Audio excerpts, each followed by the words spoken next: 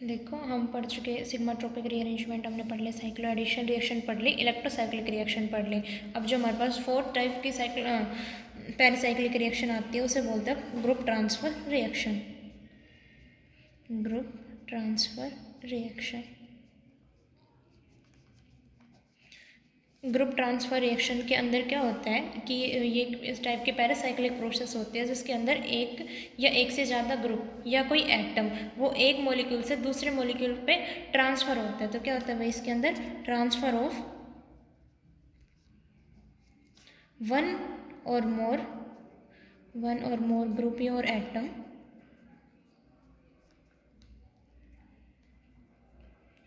from one molecule to another molecule, from one molecule to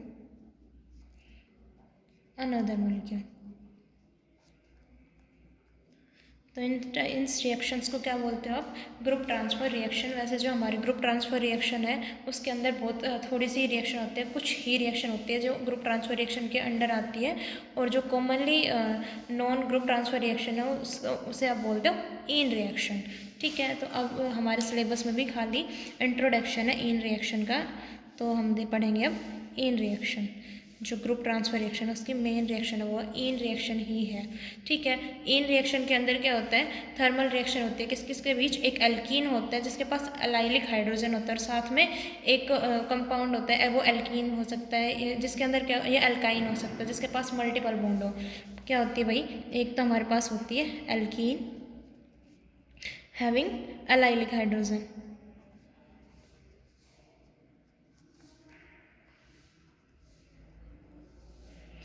और दूसरा क्या होता है हमारे पास? एक कंपाउंड, दो कंपाउंड के बीच होगी तो एक जो कंपाउंड उसके पास तो एल्कीन मिलेगी एलाइलिक हाइड्रोजन, और साथ में जो दूसरा है उसके पास क्या होना चाहिए भाई? डबल एल्कीन हो सकता है हमारा दूसरा, या एल्काइन, या फिर जो दूसरा है जिसके अंदर एक्स और वाई दो ऐसे एटम है और उनके बीच डबल बॉन्ड हो या ट्रिपल बॉन्ड इस टाइप से, और एक्स वाई आपके कार्बन भी हो सकता है या फिर हेटेरो एटम भी हो सकते हैं। तो इसके अंदर जो दो पार्ट हो गए, तो सिंपल जैसे हमारे डाईन रिएक्शन के अंदर होता है एक डाईन एक डाइनोफाइल, ऐसे इसके अंदर होता है एक ईन होता है दूसरा इनोफाइल होता है। तो जो एल्कीन होती है उसे तो बोलते हैं आप ईन, और जो दूसरा एल्कीन या एल्काइन वाला ग्रुप या एक्स वाई जिसके पास मल्टीपल बॉन्ड्स हो उसे बोलते हैं आप इनोफाइल। इन दोनों के बीच थर्मल प्रोसेस होती है। रिएक्शन देखो कैसे होगी। एक हमारे पास ये ईन हो गई, मतलब एलाइलिक पोजीशन पे हाइड्रोजन है, तो एलाइलिक हाइड्रोजन हो गए इसके पास, तो इसे तो क्या बोलते हो? ईन हो गया। साथ में एक इनोफाइल, मतलब एक्स वाई दो ग्रुप हो जिनके बीच मल्टीपल बॉन्ड हो, डबल बॉन्ड भी हो सकता है और ट्रिपल बॉन्ड भी, इसे बोलते हैं इनोफाइल। दोनों के बीच पेरिसाइक्लिक रिएक्शन होती है, ये इधर, ये वाला बॉन्ड इधर शिफ्ट होगा और ये जो हाइड्रोजन वाला ग्रुप है ये आ जाएगा इस वाई के पास। फाइनली प्रोडक्ट क्या बनेगा? ये एक्स वाई और वाई के साथ एच आ जाएगा, इधर आ जाएगा आपके पास डबल बॉन्ड। तो ये हो गया आपका फाइनल प्रोडक्ट। अब जो ये एक्स वाई है ये क्या हो सकता है? कार्बन कार्बन के बीच भी डबल बॉन्ड हो सकता है, कार्बन ऑक्सीजन हो सकता है, कार्बन सल्फर हो सकता है, और क्या हो सकता है भाई? कार्बन नाइट्रोजन हो सकता है, नाइट्रोजन ऑक्सीजन हो सकता है, ऑक्सीजन ऑक्सीजन हो सकता है। तो ये एक्स वाई आपके कोई भी ग्रुप हो सकता है जिसके पास डबल बॉन्ड हो या ट्रिपल बॉन्ड हो, एक्स वाई के बीच में ट्रिपल बॉन्ड हो सकता है, तो इस टाइप से कुछ भी हो सकता है। तो इसके अंदर क्या होगा? जो हाइड्रोजन एटम है ईन वाला, तो ईन के पास जो हाइड्रोजन एटम है वो कहाँ हुआ है?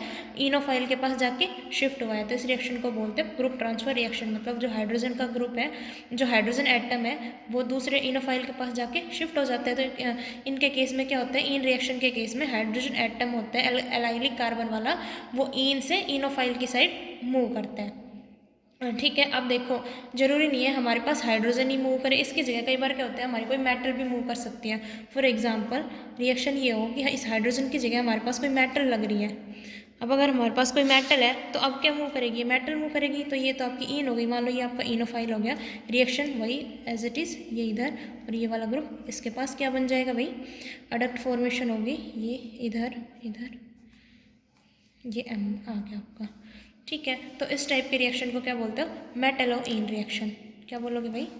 मेटेलो इन रिएक्शन, जिसके अंदर क्या हो रहा हो? हाइड्रोजन की जगह मेटल ट्रांसफर हो रही है, तो उसे क्या बोलते हो? मेटेलो इन रिएक्शन। इन रिएक्शन के अंदर क्या हो रहा है? एक पाई बॉन्ड का लॉस हो रहा है। क्या हो रहा है भाई? Loss of one pi bond, loss of 1 pi bond, और क्या मिल रहा है, गेन ऑफ 2 सिग्मा बॉन्ड।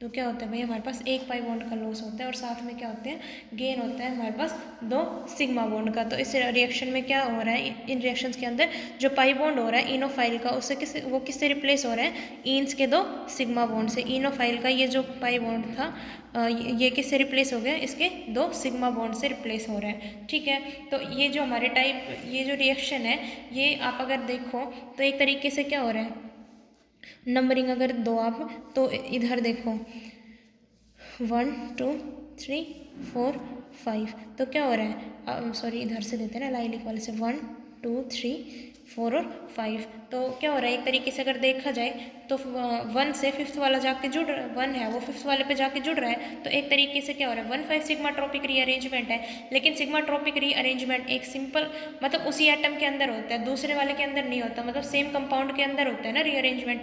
तो ये ना तो सिग्माट्रोपिक रीअरेंजमेंट होता है, ना ही साइक्लो, और आप साइक्लो एडिशन के अंदर भी यही पढ़ रहे थे ना कि 2 चीज़ आपस में ऐड हो रही थी। तो ना ये साइक्लो एडिशन होता है, ये किसके अंदर आती है रिएक्शन, ग्रुप ट्रांसफर रिएक्शन के अंदर आती है। ये जो रिएक्शन होती है थोड़ी थोड़ी डाईन रिएक्शन जैसी होती है।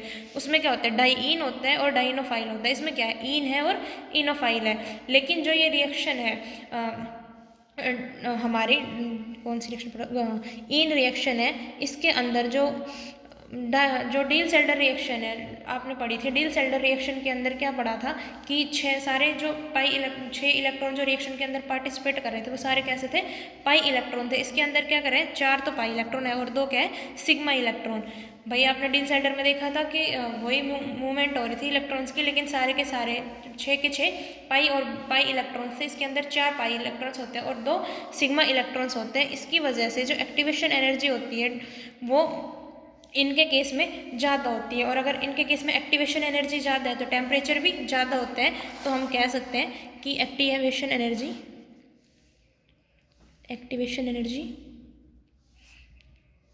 इज मोर देन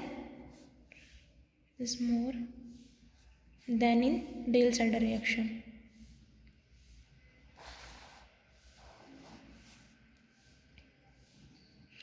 तो डील सेल्डर रिएक्शंस के बजाय एक्टिवेशन एनर्जी इनके अंदर ज़्यादा होती है, और एनर्जी ज़्यादा है तो ये जो रिएक्शंस होती है कहाँ पर कवर होती है, हाई टेम्परेचर के ऊपर। ठीक है, तो अगर आप एग्जांपल देखो, ये आपका इनोफाइल हो गया। तो अगर टेम्परेचर हमारा 200 डिग्री सेल्सियस हो तो क्या होगी, आपके पास इन रिएक्शन होगी। सिंपल मैकेनिज्म आपको पता है, ये हाइड्रोजन इधर ट्रांसफ़र हो गया। तो ये तो कौन सी रिएक्शन हुई, इन रिएक्शन। लेकिन अगर इसका टेम्परेचर कम हो, लाइक 25 डिग्री सेल्सियस कम टेम्परेचर के ऊपर, ये रिएक्शन कौन सी होती है, अगर मतलब टेम्परेचर कम हो, मान लो ये है आपके डाईन वाली रिएक्शन,